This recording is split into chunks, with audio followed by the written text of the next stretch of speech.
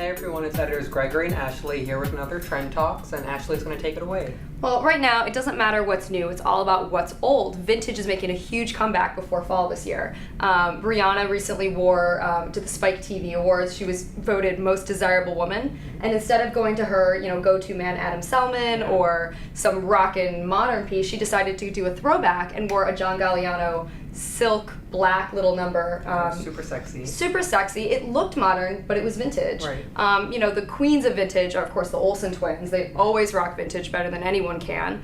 Recently at the Met Ball, Mary-Kate wore a striped Chanel number, and Ashley wore a Gianfranco Ferry number, military-inspired, super cool. I'm kind of liking the throwback. I'm really liking the classic silhouettes and the classic patterns. I'm really digging it. I think it's great. It's so much fun. Is there a specific era that's trending right now? I am seeing a lot of 1950s, 1940s, really ladylike, very proper, high-waisted pieces. Yeah. I'm kind of liking the feminine movement that's going on. Totally. I totally dig the 70s too, so that's always a fun one. Yeah, the 70s for sure. And the 80s, you can't ignore that. Look at Pharrell's hat that made such a huge... it's probably the most talked about piece of fashion in all of 2014, and it was a 1982 Vivienne Westwood hat. And I don't know if you would consider this vintage really, but the 90s with Clueless and all of these fashions kind of happening. I think the technical term for vintage is over 10 years ago, so there's definitely a lot of 90s vintage coming really back. Old. I know, right? Totally.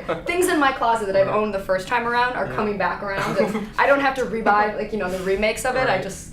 Oh yeah, I've owned this since high school. Right. It's totally working. Yeah. So let's check out the other celebrities that are rocking vintage right now. For the prestigious 2014 CFDA Fashion Awards, Olivia Wilde donned a one-shoulder fringe vintage Molly Pernice fringe dress from the Hollywood boutique Decades. Anne Hathaway attended the Lollipop Theater Network's A Night Under the Stars at Nickelodeon's animation studio in support of her movie Rio 2, sporting a vintage Chanel black blouse featuring a no-smoking print in several different languages, paired with a simple black maxi skirt. The always chic Olivia Palermo was spotted out in Soho in New York City wearing a vintage brown leather calf-length skirt with a modern crisp white top by Ann Taylor. Skipping the straight off the runway option, Sin City 2-star Jessica Alba wore a sparkly Elie Saab dress from the designer's 2006 collection at the 2014 ESPY Awards. For his stylish spread in the August issue of GQ, Kanye West rocked a vintage coat paired with a Balmain military shirt, James Pierce tee, Michael Baston pants, and Timberland boots. Want to get the look? Check out this CELINE vintage striped chain print t-shirt for $296.61 on Farfetch.com. Or check out these vintage HERMES silver Paris coin earrings for $398 on WhatGoesAroundComesAround.com.